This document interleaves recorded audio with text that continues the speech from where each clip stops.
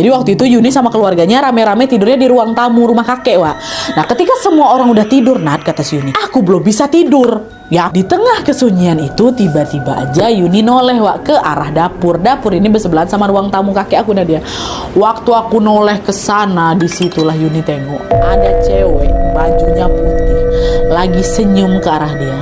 Terus sambil nunjuk ke selimut yang lagi aku pakai, Nadia. Dan yang bikin si Yuni tuh makin terperangah, Wak, itu cewek mukanya mirip kali sama Teh Neneng.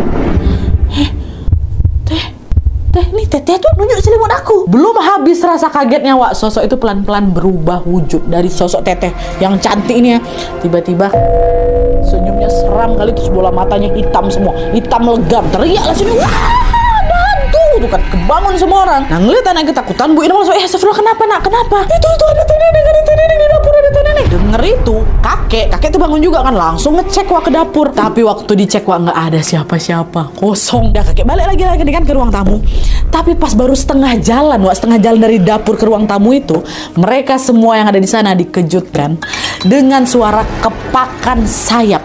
Kepakan sayap, tapi dari dalam, dari bawah kolong rumah, Wak. Rumah kakek itu memang rumah panggung dari bawah. Awalnya mereka pikir tuh udah cuma suara burung biasa aja kan.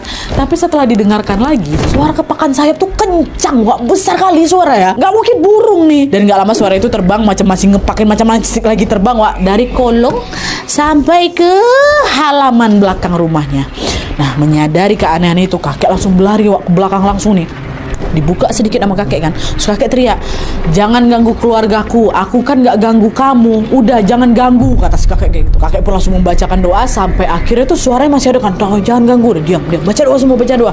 Kakek baca doa, semua juga baca doa, barulah suara kepakan sayap itu hilang. Dan setelah suara itu hilang, suasana yang semula tegang dan mencekam perlahan-lahan udah agak berubah tenang nih. Orang-orang balik lagi ke tempat tidur masing-masing sampai pagi tiba. Sehari setelah kejadian itu, Wak, Yuni sama orang tuanya memberanikan diri nih buat balik ke rumah. Dan mereka mencoba untuk menjalani aktivitas mereka seperti biasa, menganggap yang kemarin tuh salah dengar apa kayak gimana lagi. Dan betul, hari itu, di malam itu juga nggak ada kejadian apa-apa, Wak. Aman lah gitu. Tapi selang 1 minggu kemudian, teror mistis kembali muncul dan menghantui mereka lagi, Wak. Jadi ceritanya malam itu Pak Ujang ini, Wak, belum balik ke rumah dari tempat dia berjualan di pasar.